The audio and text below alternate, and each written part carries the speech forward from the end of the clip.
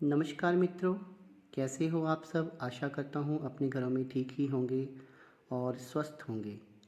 दोस्तों, आज मैं आपको जिस विषय के ऊपर जानकारी देने जा रहा हूँ वो विषय ये है कि जिन व्यक्तियों को माता काली की सवारी आती है, जिन पर महामाई की कृपा होती है, तो उन व्यक्तियों में क्या गुण होते हैं।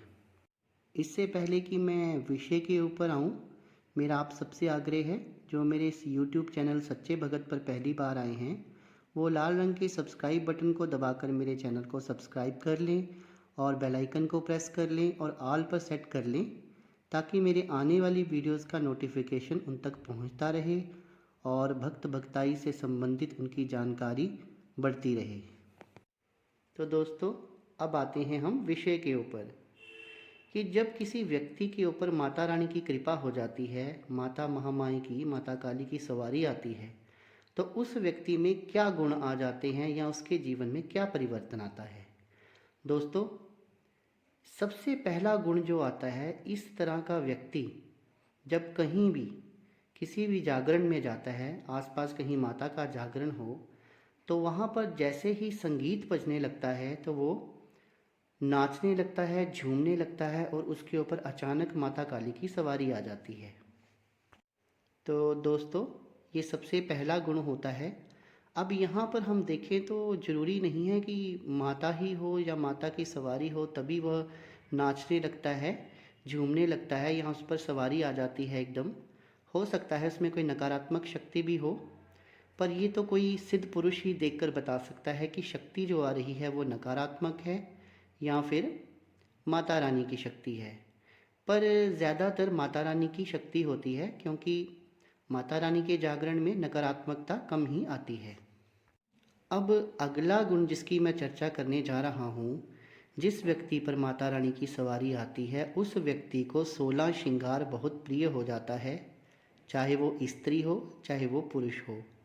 आपने देखा भी होगा दोस्तों, जिन पुरुषों के ऊपर भी माता रानी की सवारी आती है उनको भी श्रृंगार बहुत प्रिय होता है। कई पुरुष तो लाल रंग का चूड़ा भी पहनते हैं और माता की तरह लाल चुनरी लेते हैं और 16 श्रृंगार करते हैं।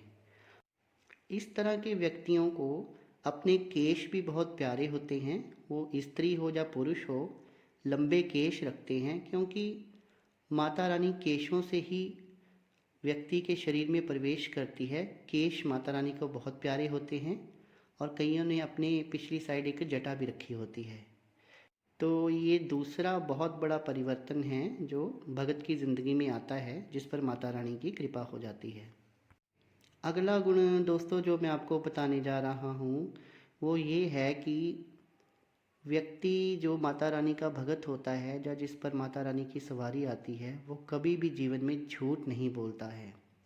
वो हमेशा सच ही बोलता है, चाहे इससे उसका जितना भी बड़ा नुकसान हो जाए, लेकिन वो कभी भी झूठ नहीं बोलता है।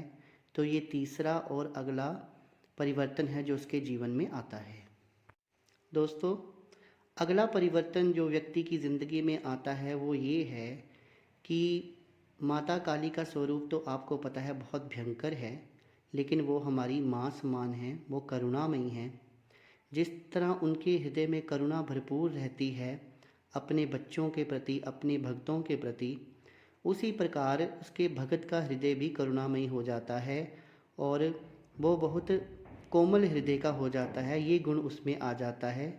अगर उसके सामने कोई व्यक्ति भूखा है तो वो अगर अपने मुंह में भी निवाला डाल रहा हो तो वो अपना निवाला उस भूखे व्यक्ति को दे देता है। और मनुष्य के अलावा भी अगर उन्हें कोई ऐसा जानवर दिखता है जो किसी रोग से ग्रस्त है या उसे चोट लगी है या भूखा है, तो उसकी भी वो सेवा करता है। उसका हृदय माँ की तरह करुणामय हो जाता है। तो ये अगला बहुत बड़ा परिवर्तन उसकी ज़िंदगी में आता है। दोस्तों, पांचवा और अगला परिवर्तन जो उसके जीवन में आता है वो ये है कि माता रानी के भगत को गुस्सा बहुत जल्दी आता है और उसका गुस्सा शांत भी बहुत जल्दी हो जाता है। दोस्तों, आपने देखा होगा कि माता रानी का स्वरूप भी विकराल है और उन्हें बहुत गुस्सा आता है, लेकिन वो करुणामयी भी बहुत जल्दी हो जाती हैं। उसी तरह उनका भगत भी हो जाता है और गुस्से में आकर अगर वो अपने मुख से कुछ भी कह देता है या किसी को श्राप दे देता है या किसी के बारे में कुछ भी बोल देता है तो वो सच हो जाता है, क्योंकि उस समय वो जो भी बोलता है वो उसके हृदय से, उसकी आत्मा से निकलता है और वो सच हो जाता है। तो ये पांचवा और अगला गुण था जिसमें व्यक्ति में क्रोध बहुत जल्दी आता है और उसका क्रोध बहुत जल्दी शांत भी हो जाता है।